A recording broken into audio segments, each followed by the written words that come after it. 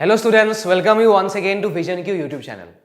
सो जैसा कि आपको स्क्रीन पे दिखाई दे रहा है, I am starting a series okay which is very important for all the SSC examination point of view. Okay, so कुछ क्वेश्चंस हम लोग डिस्कस करेंगे आज की वीडियो में एंड ये होगा आपका first part of this series. Okay, and it consist of very important questions from different topics of SSC point of view. Okay, questions जो भी इंपॉर्टेंट क्वेश्चंस है एसएससी पॉइंट ऑफ व्यू के लिए, वो सभी questions will discuss in different series, okay, in different videos. So if you are new to our channel, please don't forget to subscribe to our channel for more such videos, because ऐसे videos daily हम लोग लाते रहेंगे, ठीक है, जो काफी important है for all the SSC examinations. Okay, तो चलिए वीडियो को स्टार्ट करते हैं, ठीक है, और देखते हैं आज का first question number 1. So this question is based on topic of triangles. Okay, यहाँ पे आपको दिया है in a triangle, if the measures of two sides are 5 cm and 8 cm, then the third side can be how much? Okay, that means यहाँ पे आपको एक triangle दिया है जहाँ पे ट्राइंगल का दो साइड्स दिया है 5 and 8, तो थर्ड साइड का वैल्यू क्या पॉसिबल है? Third side can be how much? Okay, now see, ऐसा क्वेश्चन जब भी एग्जाम में आपको मिलेगा जहाँ पे आपको दो साइड दिया होगा, ठीक है, और थर्ड साइड आपको निकालने दिया है, तो हमेशा याद रखिएगा कि ट्राइंगल का हो गया, अगर एक ट्राइंगल का तीनों साइड्स का नाम है, सपोज एक ट्राइंगल आपके पास है, this side is A, this side is B, this side is C. Okay, triangle का कोई भी साइड हमेशा लाई करेगा बाकी दो साइड्स का डिफरेंस और बाकी दो साइड्स का सम के बीच में। Any side of a triangle will always lie between the difference and the sum of the other two sides. That means if I talk about A, okay, if I talk about the side A, तो A किसके बीच में lie करेगा? Between difference of B and C and B plus C, ठीक है, A जो side है B minus C और B plus C के बीच में लाई करेगा, ठीक है। Similarly, if I talk about side B, okay, if I talk about side B, तो साइड B है, बाकी दो साइड्स मतलब C and A का डिफरेंस एंड सम के बीच में लाई करेगा, ठीक है। That means C minus A and C plus A के बीच में लाई करेगा, ओके। एंड थर्ड साइड कौन सा है? सी है, isn't it? तो थर्ड साइड सी है, ये लाई करेगा between A minus B, that means difference of A minus B and A plus B के बीच में। तो ये कॉन्सेप्ट काफी इंपॉर्टेंट है टू सॉल्व सच क्वेश्चंस जहां पे आपको दो साइड दिया होगा, थर्ड साइड का रेंज निकालने दिया होगा। ओके, तो any side of a triangle will always lie between the difference and the sum of the other two sides. तो इसी कॉन्सेप्ट को मुझे अप्लाई करना है in this question number 1। Okay, दो साइड दिया है 5 और 8, ठीक है, थर्ड साइड का range, first find out the range of the third side, मतलब थर्ड साइड किस किस साइड्स के बीच में लाई करेगा, ठीक है। तो थर्ड साइड है, सपोज दिस थर्ड साइड का नाम है सपोज सी, ओके, ये जो सी है ये किसके बीच में लाई करेगा? Between difference of this two sides, 8 minus 5 is how much? 3, okay, and the sum of the other two sides, मतलब 5 plus 8 दैट इज 13। तो C एक ऐसा नंबर होना पड़ेगा जो 3 और 13 के बीच में लाई करता है। That means C should lie between 3 and 13। तो ऑप्शंस को चेक कीजिए one by one, isn't it? If I check all the options, कौन सा ऑप्शन 3 और 13 के बीच में लाई करता है? Option number D. ओके, सो डी एक ऐसा ऑप्शन है, मतलब 4 centimetre will lie between 3 and 13। तो इस क्वेश्चन का जो आंसर है वो है आपका ऑप्शन नंबर डी, 4 सेंटीमीटर, ठीक है। तो ये था आपके पास फर्स्ट क्वेश्चन। काफी इंपॉर्टेंट कॉन्सेप्ट है ये, link to triangle. Triangle is a very important topic of geometry, जो हर कोई एसएससी एग्जाम या रेलवे एग्जाम के लिए आपका इंपॉर्टेंट बनता है, ठीक है।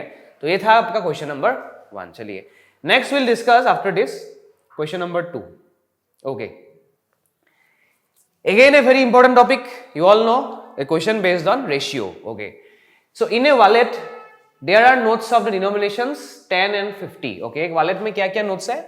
10 rupees notes and 50 rupees notes are there. Okay, rupees 10 and rupees 50 notes are there. The total number of notes is 12. Okay, दोनों मिला के total number of notes is 12. ठीक है, number of 10 and 50 rupees notes are in the ratio of 1:2. That means 10 रुपये और 50 rupees का जो ratio है वो है आपका 1:2, ठीक है। और टोटल नोट्स कितना है? 12 है ना, ratio exactly, total notes is 12, ठीक है। सो टोटल नोट्स रेशियो के हिसाब से कितना होगा? 1 + 2 3 हो जाएगा as per ratio. Okay, but question में 12 दिया था ना, क्वेश्चन में तो आपका 12 दिया है, that means 3 will represent 12 notes. Okay, This 3 total as per ratio will represent how many notes?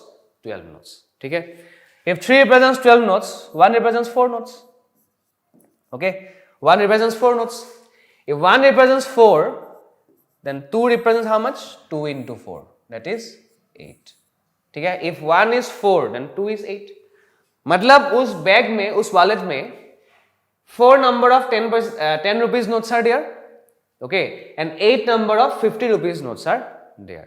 So what is asked to find here? Total money in the wallet is how much? आपको यहाँ पे निकालना है total पैसा कितना है उस wallet में, ठीक है? तो 4 10 rupees notes कितना रुपीस होगा? 4 into 10 rupees, ठीक है? Plus 8 number of 50 rupees notes. So कितना रुपीस होगा आपका? 8 into 50 rupees, ठीक है? तो 4 into 10 is 40, ठीक है? Plus 8 into 50 is 400.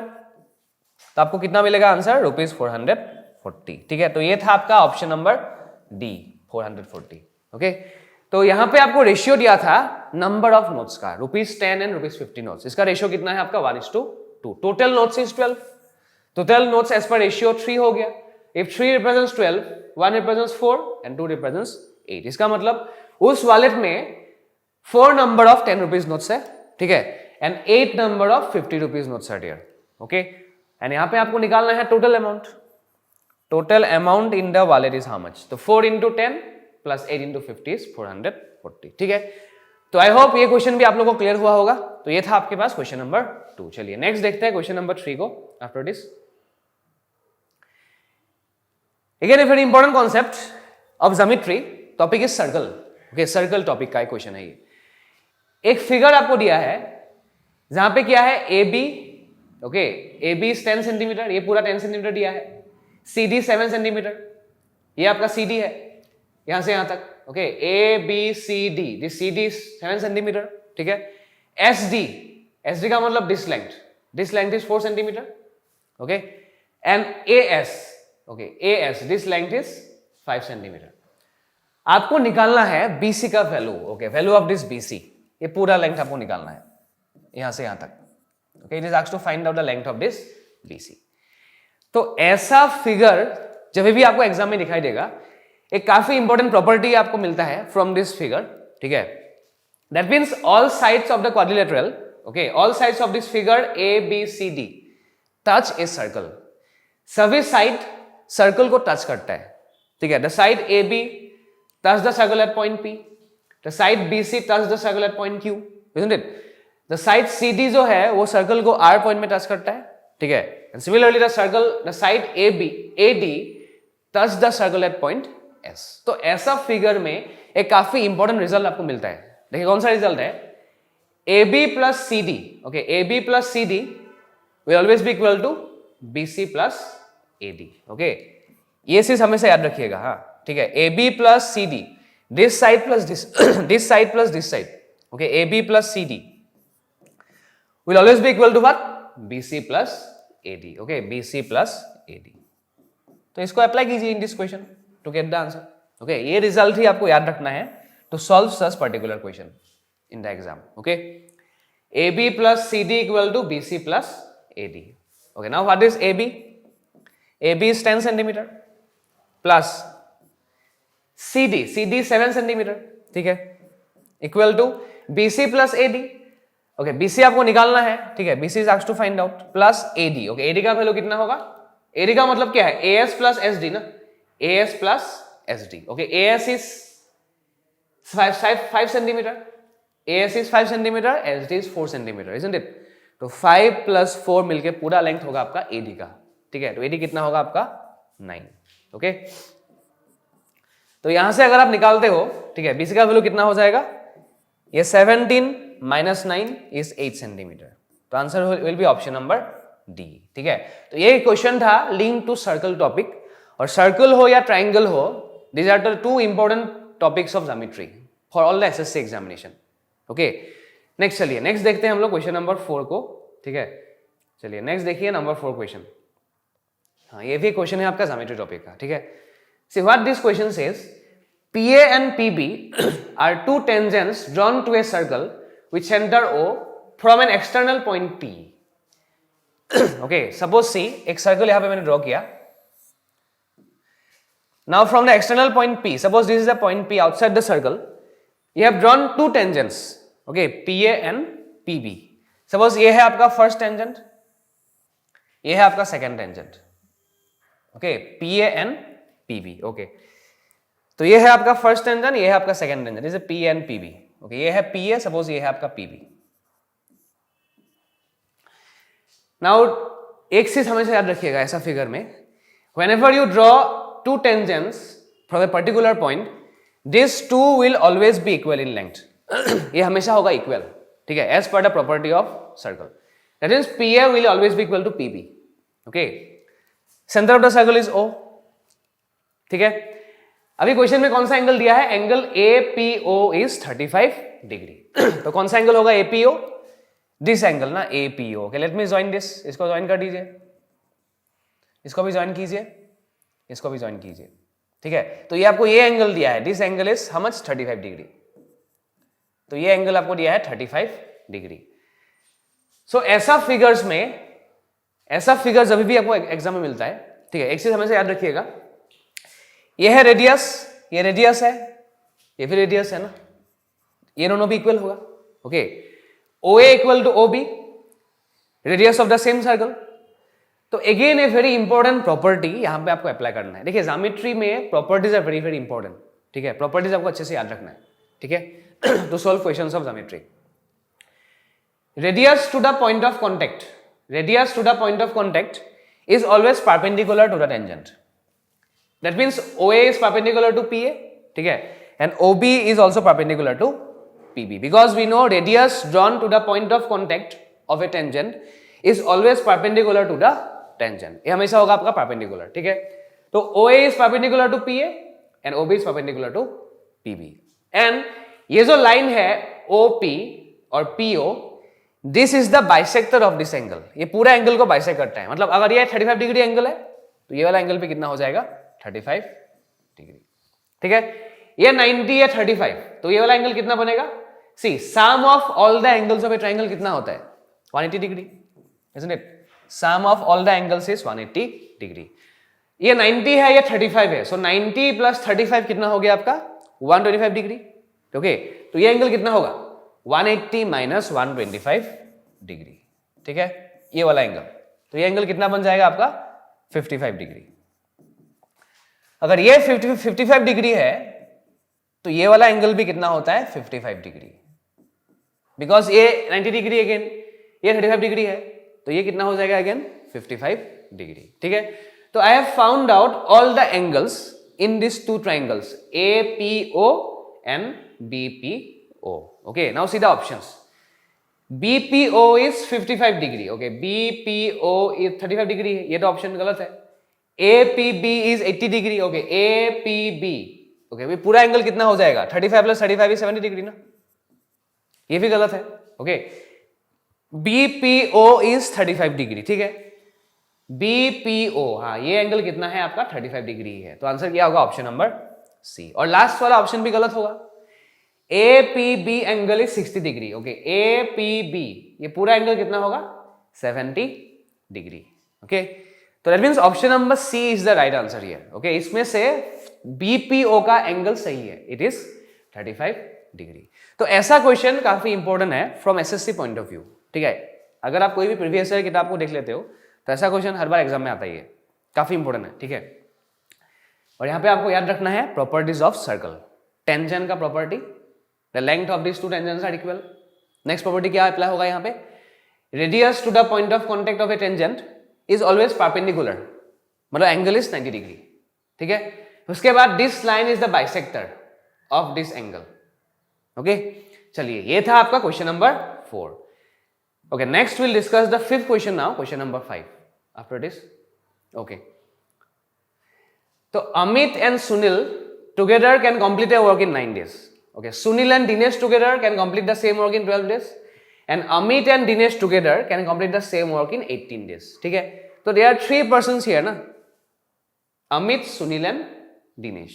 Okay, let me, okay, Amit और सुनील मिला के, Amit plus Sunil, okay, Amit plus Sunil can do a work in 9 days. ठीक है. Sunil plus Dinesh, okay, Sunil plus Dinesh मिला के एक काम को कर सकता है 12 days में. ठीक है. चलिए नेक्स्ट दिया है क्वेश्चन पे आपको that Amit and Dinesh together can complete the same work in 18 days. तो अमित प्लस दिनेश, ओके, मिला के उसी काम को कर सकता है 18 days में. तो ऐसा क्वेश्चन में हम लोग पहले क्या करते हैं, जो भी आपको टाइम दिया होता है उसका निकालना पड़ेगा एलसीएम, उसका निकालना होता है एलसीएम. तो इसका एलसीएम कितना मिलेगा आपको 36. ओके, इसका एलसीएम कितना आ जाएगा आपका 36 यूनिट्स. और यही होता है आपका total work. This is the total work. ठीक है. तो आफ्टर टोटल वर्क नेक्स्ट हमेशा आपको निकालना होता है एफिशिएंसी. ठीक है, efficiency is the most important part after this. तो एफिशिएंसी निकालने का जो फॉर्मूला था वो क्या था, work by time, isn't it. Efficiency निकालने का जो फॉर्मूला है वो क्या है आपका, work by time. If you divide the work done by time taken, आपको मिलेगा एफिशिएंसी और capacity of that person. Efficiency का मतलब क्या होता है, 1 day वर्क. ओके, 1 day में जितना काम करेगा वो एफिशिएंसी होता है. तो यही काम A प्लस S करता है 9 days में ना. तो 1 day में कितना करेगा, efficiency is work by time. 36 by 9 4 होगा. ठीक है.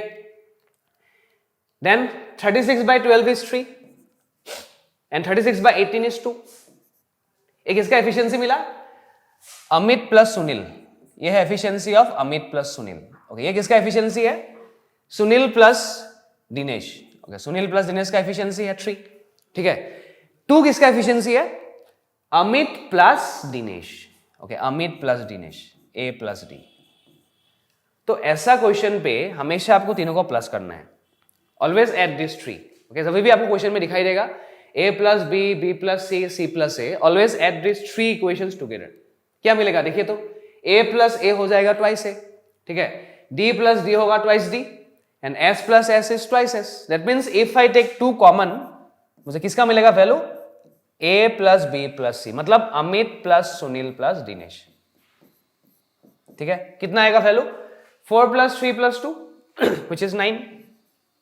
ओके, यहां से आपको निकालना पड़ेगा efficiency of A plus B plus C, मतलब अमित प्लस सुनील प्लस दिनेश. ठीक है.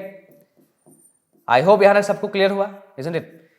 यहां पे आपको निकालना था ultimately efficiency of A plus B plus C which is 9/2. Okay, अभी क्वेश्चन में क्या पूछा है उसको देखिए.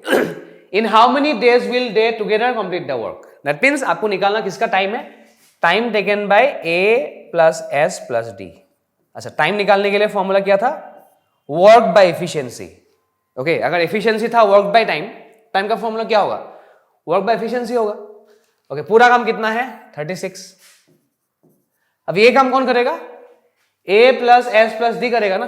तो एफिशिएंसी भी लेना पड़ेगा आपको A plus S plus D का ही, विच इज 9/2. ओके, तो ये 9 से जाएगा 4 times. This 2 and 4 will be multiplied, isn't it. 2 into 4 कितना हो जाएगा आपका 8 days. ठीक है.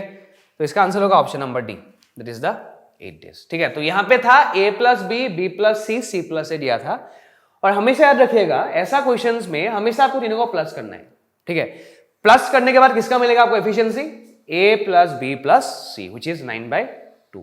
और टाइम निकालने के लिए आपको फॉर्मूला पता ही है. ठीक है. क्या कौन सा फॉर्मूला होगा, वर्क बाय एफिशिएंसी. तो work by efficiency will give the time taken by Amit plus Sunil plus Dinesh. ठीक है. तो ये था आपका first 5 questions of today's session. चलिए नेक्स्ट हम लोग देखते हैं next 5 question from 6 to 10. Okay, questions from 6 to 10. Okay, चलिए इसको देखिएगा एक बार. ये काफी इंपॉर्टेंट टॉपिक है ये भी. ठीक है. कोई भी सेंट्रल लेवल एग्जाम या कोई भी एसएससी हो या रेलवे हो, हर एग्जाम में आपको मिलेगा क्वेश्चन फ्रॉम दिस टॉपिक, जिसका नाम है आपका number system. A question based on divisibility. Okay, the largest number which should replace star in the number 2, 3, 6, 5, star 4. एक नंबर आपको दिया है जिसका वैल्यू कितना है 2, 3, 6, 5, star 4. इस स्टार के जगह में कौन सा वैल्यू पुट करना है ताकि जो नंबर है वो 4 से डिविजिबल हो जाए. Okay, what value should come in place of star so that this number is divisible by 4. Okay, now see divisibility by 4 आपको आना चाहिए. एक नंबर 4 से डिविजिबल कब होता है, सी 4 का मतलब क्या होता है 2 स्क्वायर ना, isn't it? 4 का मतलब होता है 2 स्क्वायर. तो पावर को देखिए, power is 2. If the last 2 digits of a number is divisible by 4, that the complete number is also divisible by 4. अगर एक नंबर का लास्ट 2 डिजिट्स 4 से डिविजिबल है तो पूरा नंबर भी 4 से डिविजिबल है. Similarly is the case with 8. 8 का मतलब क्या होगा 2 क्यूब. ठीक है, see the power is 3 here ना. तो अगर एक नंबर का लास्ट 3 डिजिट्स 8 से डिविजिबल है, ठीक है, तो पूरा नंबर भी डिविजिबल है 8 से. So this all are true for powers of 2. 2 का पावर का मतलब 2 का मतलब 2 टू द पावर 1. ठीक है, 4 इज 2 स्क्वायर, 8 इज 2 क्यूब, 16 का वैल्यू कितना था 2 टू द पावर 4 था. तो अगर एक नंबर का लास्ट 4 डिजिट्स 16 से डिविजिबल है तो नंबर भी 16 से डिविजिबल है. ओके, तो ये टेक्निक सेम है for powers of 2 which are 2, 4, 8, 16 and so on. Now if I see this question number 6, यहां पे आपको दिया था क्या कि ये जो नंबर है वो 4 से डिविजिबल है. ओके, एक नंबर 4 से डिविजिबल कब होता है जब उसका लास्ट 2 डिजिट्स 4 से डिविजिबल है. ठीक है, लास्ट 2 में कितना है स्टार एंड 4. तो this number should be divisible by 4. तो सी द ऑप्शंस. पहला ऑप्शन कितना है 84 है. अच्छा 84. Okay, if I put 8 here 84. Okay, 84 तो 4 से डिविजिबल है ना, isn't it? 4 2s are 8, 4 1s are 4. मतलब 84 होने से if I put star, if I put 8 in place of star, number is 84. और 84 तो 4 से डिविजिबल है ना. ठीक है, तो यही ऑप्शन होना पड़ेगा. 94 तो पॉसिबल नहीं है, 24 भी है, लेकिन आपको निकालना है लार्जेस्ट नंबर. तो largest value will be 8 and smallest value will be how much 0, because 0 4 भी 4 से डिविजिबल है. ठीक है, सो smallest value of star will be 0 and largest value of star will be 8. यहां पे आपको निकालना है लार्जेस्ट नंबर, isn't it? तो इसका जो आंसर है वो होगा option number A, that is the 8. ठीक है, तो ये था क्वेश्चन नंबर 6. चलिए नेक्स्ट देखते हैं question number 7. The lengths of the diagonals of a rhombus are 12 and 16 and 12 centimetre. Area निकालना है. A question linked to mensuration. Again, a very important topic for any examination. Okay. Now see, rhombus का area निकालने के लिए you should know the length of the diagonals. ठीक है, rhombus का मतलब क्या होता है, एक ऐसा फिगर, ठीक है, एक ऐसा फिगर जिसका सारों साइड सेम होगा. Okay, the 4 sides should be equal. This all are equal. ठीक है, सपोज ये है A, ये है B, ये है C और ये है आपका D. Suppose okay. Now if I join these values AC and BD, ये क्या है, इसका diagonal है ना, diagonals of this rhombus. Okay, so lengths of diagonals are given. Suppose इसका length है D1, इसका length है D2. AC suppose D1, BD suppose D2. तो एरिया निकालने के लिए ये जो फॉर्मूला है आपको पता होना चाहिए. इस फॉर्मूला का वैल्यू क्या होता है, half into product of the diagonals, मतलब D1 इनटू D2. तो ये है इसका formula. Okay, half into product of the diagonals. Okay, put the value here, you will get the answer, isn't it? Half into D1 into D2. D1 is 16 centimeter, D2 is 12 centimeter. Okay, so 2 से जाएगा 8 times and 12 into 8 is 96 square centimeter. तो इसका जो answer है वो है आपका option number D, 96 square centimetre. ठीक है, तो रोम्बस एक ऐसा फिगर है, ऐसा 2D फिगर है, ओके, जिसका एरिया निकालने के लिए diagonals should be given. Diagonals देने के बाद ही इसका आप एरिया निकाल सकते हो. ठीक है, जिसका फॉर्मूला क्या है आपका, half into product of the diagonals, मतलब half into D1 into D2. चलिए, ये था आपका क्वेश्चन नंबर 7. ठीक है, नेक्स्ट देखते हैं हम लोग क्वेश्चन नंबर 8 के ऊपर. Amit borrowed a sum of rupees 25,000 on simple interest. Okay, Vola borrowed the same amount on compound interest. Interest compounded yearly.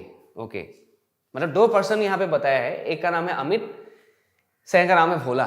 Okay, तो अमित ने बोरो किया 25,000 ऑन सिंपल इंटरेस्ट. ठीक है, भोला ने बोरो किया same amount but on compound interest, and every year the interest will increase annually, compounded yearly. ठीक है, चलिए नेक्स्ट दिया है क्वेश्चन पे आपको. ओके, नेक्स्ट देखते हैं, ये वाला क्वेश्चन था. हाँ, okay, so Amit borrowed a sum of rupees 25,000 on simple interest. Bhola borrowed the same amount on compound interest. Interest compounded yearly. मतलब यहाँ पे 2 पर्सन के बारे में दिया है, एक है अमित, दूसरा है भोला. ओके, अमित ने बोरो किया 25,000 ऑन सिंपल इंटरेस्ट, ठीक है। भोला ने बोरो किया same amount but on compound interest and compounded annually, okay okay. एक है अमित, दूसरा है Bhola. Both the persons have borrowed the same principal, principal is same, principal is same, okay. Amit and Bhola ने borrow किया सेम अमाउंट 25,000, प्रिंसिपल क्वेश्चन में दिया है आपको, ठीक है। चलिए, at the end of 2 years, 2 साल के बाद भोला हैड टू पे ₹160 मोर इंटरेस्ट देन अमित। तो interest paid by Bhola is the compound interest, isn't it? And interest paid by Amit is the simple interest, ऐसा है। तो क्वेश्चन में क्या दिया है, जो इंटरेस्ट पे किया है भोला ने, that interest paid by Bhola is 160 more than interest paid bye Amit. That means can I से CI is more then SI? Yes, isn't it? Compound interest is more then simple interest by how much? 160। तो ये question काफी interesting question है। इसमें ये देखने को मिलता है कि यहां पे अल्टीमेटली आपको दिया है CI माइनस SI का difference, compound interest minus simple interest का डिफरेंस 2 साल के लिए, ओके, फॉर 2 years। अच्छा, compound interest minus simple interest का जो फॉर्मूला था 2 साल के लिए, इस फॉर्मूला काफी इंपॉर्टेंट फॉर्मूला है ये।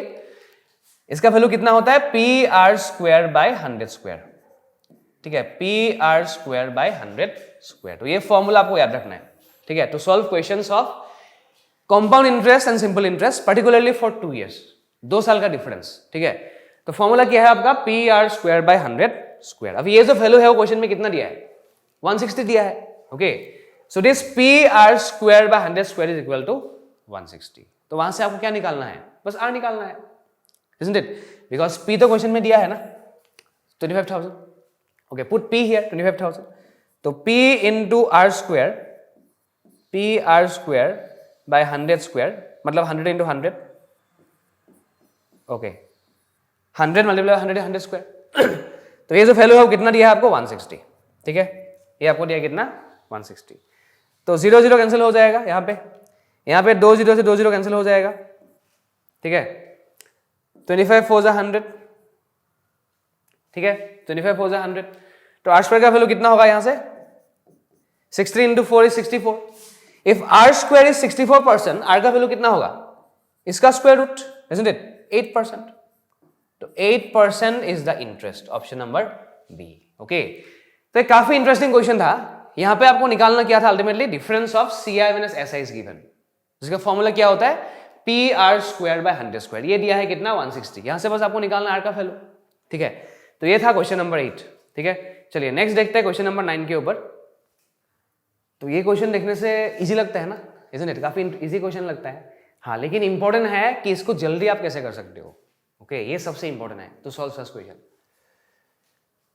मल्टीप्लिकेशन है, आप लोग आता है, ओके, अच्छी बात है, लेकिन यहाँ पे इंपॉर्टेंट ये है कि how to solve the answer easily, okay.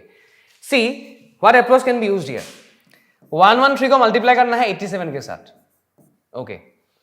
सो जब हम लोग मल्टीप्लाई करेंगे 3 into 7, 3 7 का कितना है? 21 है ना। तो इसका जो आंसर है उसका लास्ट में कितना आएगा? आपका 1 आएगा। जो भी आंसर आएगा उसका लास्ट में 1 आना पड़ेगा ना, because 3 7 21। Now see the option, एक ही तो ऑप्शन में 1 दिखाई देता है ना, 1 तो एक ही ऑप्शन में है, मतलब इसमें 1 है, 9 है, 0 है, 6 है, ठीक है, 1 9 0 6। तो सभी का लास्ट डिफरेंट है ना। तो this question can be solve applying the concept of unit digit. Unit digit निकाल के ही इस क्वेश्चन को बस आप सॉल्व कर सकते हो, ठीक है। तो इसका आंसर कितना हो जाएगा? 9831, यही तो आएगा, ऑप्शन नंबर ए, ठीक है।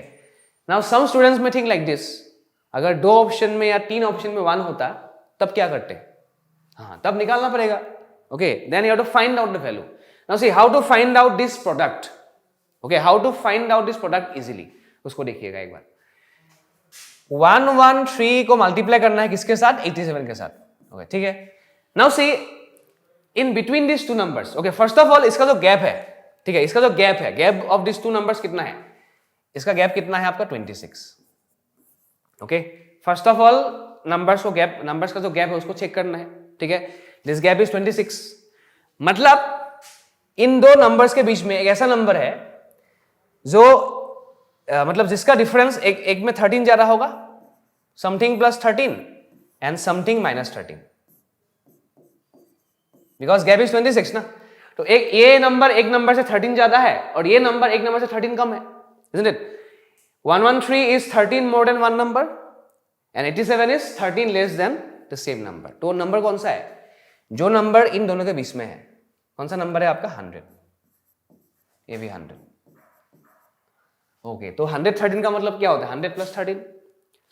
87 का मतलब क्या होता है? 100 माइनस 13. तो ये कौन सा फॉर्मूला हो गया आपका? a plus B into A minus B. और सभी को पता है इसका फॉर्मूला क्या होता है?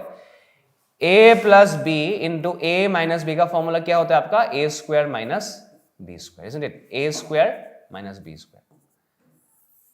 तो ये फॉर्मूला भी काफी इंपॉर्टेंट है, एप्लीकेबल है तो many questions of maths. Okay, तो a स्क्वायर 100 स्क्वायर का मतलब कितना हो जाएगा? 10,000.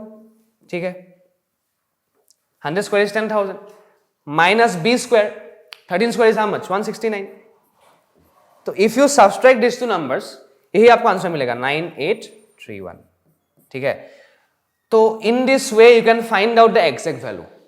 Okay, without multiplication, you can just apply the formula of a plus b into a minus b. तो a square minus b square is 9831. चलिए, तो काफी इजी क्वेश्चन लगता है ऐसा क्वेश्चन, लेकिन इंपॉर्टेंट है टाइम मैनेजमेंट. ठीक है, how to solve the question easily in less time. Okay, तो हम लोग देखेंगे आज का last question, question number 10. Okay, तो चलिए लास्ट क्वेश्चन में देखते हैं क्वेश्चन नंबर 10 को. Now see what happens here. Again a very important topic for an examination. Profit and loss. Okay, a shopkeeper marked a computer table for rupees 7,200. तो ये है आपका मार्क प्राइस.